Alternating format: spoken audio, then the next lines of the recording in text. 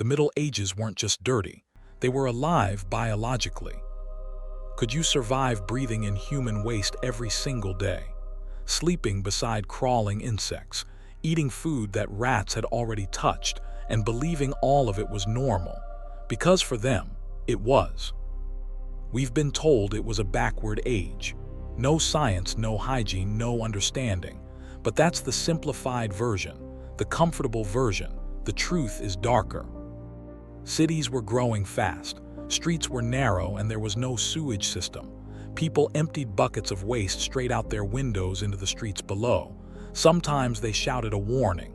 Sometimes they didn't. Feet walked through mud mixed with human waste. The smell never truly disappeared. And still people stayed. Why? Something began to spread. Silent, invisible, unstoppable. People started bathing less, not out of laziness but fear. They believed hot water opened the body to disease, so they avoided it. Filth became protection.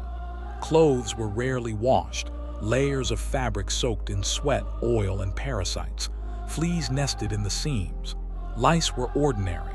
Scratching was simply part of daily life. Now imagine all of this inside a walled city. Stagnant air, animals roaming freely, organic waste everywhere. Nothing isolated, nothing truly thrown away. And yet, that wasn't even the worst part. The real danger wasn't just in the streets.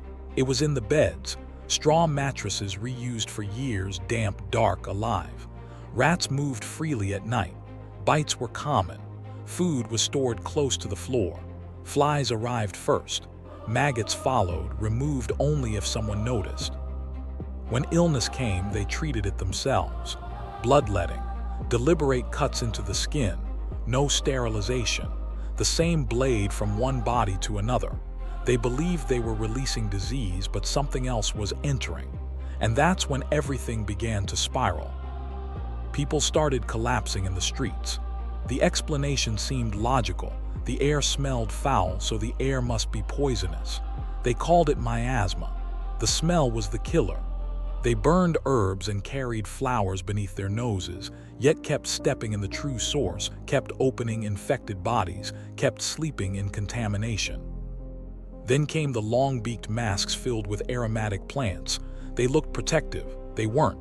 Thousands died, then tens of thousands, then millions. And the question lingered. How could something so deadly be everywhere and no one see it? What would you have done? They weren't blind, they were trapped. Cities meant protection from invaders. Cities meant food, work, faith. Leaving meant starvation. Staying meant risk. It wasn't ignorance, it was survival. Filth was the cost of security. In many ways, it always has been. And here, what few people admit, the system depended on it. Loose animals meant food. Waste became fertilizer. Disease reduced overcrowding. The population recalibrated. Death wasn't an exception, it was part of the balance. Constant discomfort, constant infection, constant risk. Maybe it wasn't backwardness.